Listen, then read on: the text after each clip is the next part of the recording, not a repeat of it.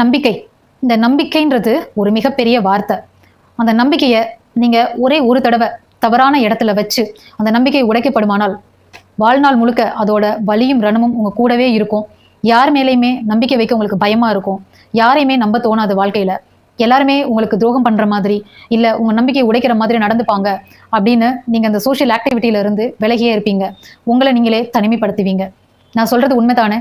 கண்டிப்பா வந்துட்டு இதை நீங்க ஃபேஸ் பண்ணியிருப்பீங்க. ஸோ யாரையும் கண்மூடித்தனமா நம்பாதீங்க.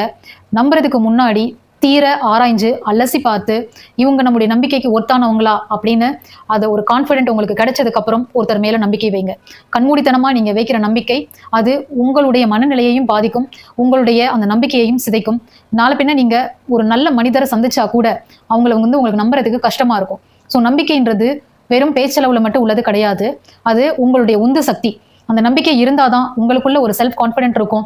நீங்க எந்த ஒரு விஷயத்தையும் துணிஞ்சு செய்ய முடியும். அதனால எப்பயுமே எந்த ஒரு விஷயத்தின் மேலையும் எந்த ஒரு மனிதர் மேலையும் நீங்க நம்பிக்கை வைக்கிறதுக்கு முன்னாடி 1000 தடவை யோசிங்க. ஆனா ஒரு வாட்டி நம்பிக்கை வச்சு அவங்கள நம்பிட்டீங்கன்னாக்க அதுக்கப்புறம் திருப்பியும் நீங்க சந்தேகப்படக்கூடாது.